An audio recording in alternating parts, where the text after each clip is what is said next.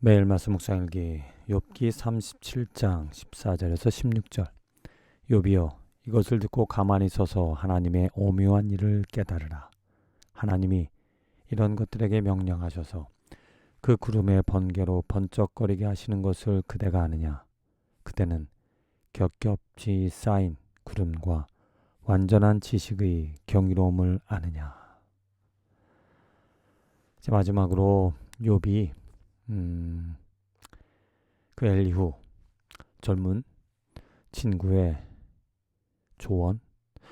나중에 하나님께서 이 엘리후는 책망을 하지 않는다. 그 이야기는 엘리후가 하는 말이 욥에게 다른 그 욥의 세 친구와는 달리 욥을 정죄하는 것이 아니라 욥에게 충실한 정말 좋은 조언을 하기 때문에 그 엘리후가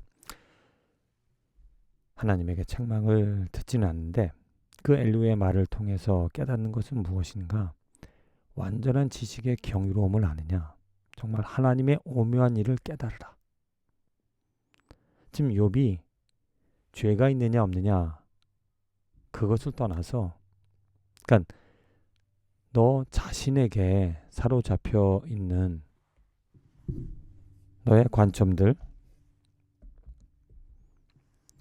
시선들을 누구에게? 하나님에게 맞춰서 그 하나님의 오묘한 일을 깨닫고 하나님의 그 온전한 지식, 지혜, 그것을 아는 것이, 그 경이로움에 빠져들어가는 것이, 그게 바로 축복이다.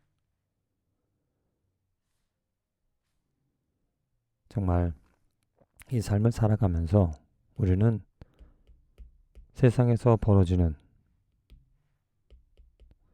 세상의 일들 때문에 슬퍼하거나 기뻐하거나 실망하거나 좌절하거나 행복할 때가 있는데, 굉장히 기복이 많은, 기복이 많다 하더라도 결국에는 절망, 완전히 희망이 없는, 절망할 수밖에 없는 절망의 길로, 실패의 길로 이끌어주는 것. 세상을 알면 알수록. 그러나 하나님, 세상이 아닌, 세상에는 나 자신도 포함이 되어 있는데, 그 나를 아는 것이 아니라 하나님을 알면 알수록 이것은 나에게 희망을 주는, 소망을 갖게 하는 능력이 생겨지는 것. 욥에게 지금 필요한 것이 무엇인가? 또 이후에 38장, 39장 하나님께서 욥에게 나타나셔서 욥에게 하는 말이 내가 나를 아느냐 이거야. 욥은 자기 자신을 알아서 나는 결백합니다. 나는 죄가 없습니다. 그런데 왜 하나님이 죄 없는 나에게, 당신이 무슨 상관이게 나에게 이런 고통을 주냐?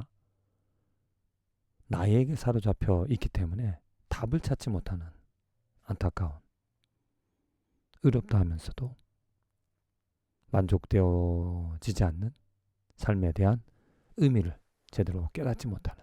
왜? 나에게 사로잡혔기 때문에. 그럼 우리들의 시선은 하나님께서 원하신 하나님의 약속이 무엇이냐? 하나님 왜 세상을 창조하셨는가? 나를 바라봐라. 하나님을 바라봐라. 하나님을 바라볼 때, 그 창조주를 바라볼 때 희망이 생기는 것이지, 그 하나님께서 창조하셨고 이를 이루실 거고 회복시키실 것이기 때문에 그 하나님의 주권과 그 하나님의 마음과 하나님의 지식, 하나님에 대한 온전함을 알게 되어지면 이 삶에서, 절망 가질 수밖에 없는 이 삶에서 희망을, 한 줄기 빛을 보게 되어지는 것이다. 주님, 삶이 어려우면 어려울수록, 문제가 심하면 심할수록, 고통이 있으면 더하면 더할수록 깨닫게 되어지는 것은 내가 할 수 없다는 것입니다. 내가 이룰 수 없다는 것. 그 절망할 수밖에 없는 그 삶에서 희망은, 또 문제를 해결할 수 있는 그 시작은, 또 문제를 해결할 수 있는 그 근본 해결책은 하나님을 바라보는 것, 하나님을 아는 것, 하나님을 깨닫는 것, 하나님의 마음과 하나님의 뜻과 하나님이 누구인지를 헤아릴 수 있는 것, 하나님에 대한 이야기를 들을 수 있다라는 것, 그게 바로 소망의 시작, 어둠에서 빛으로 나아갈 수 있는 출발점이 되어지는 것이라 확신합니다.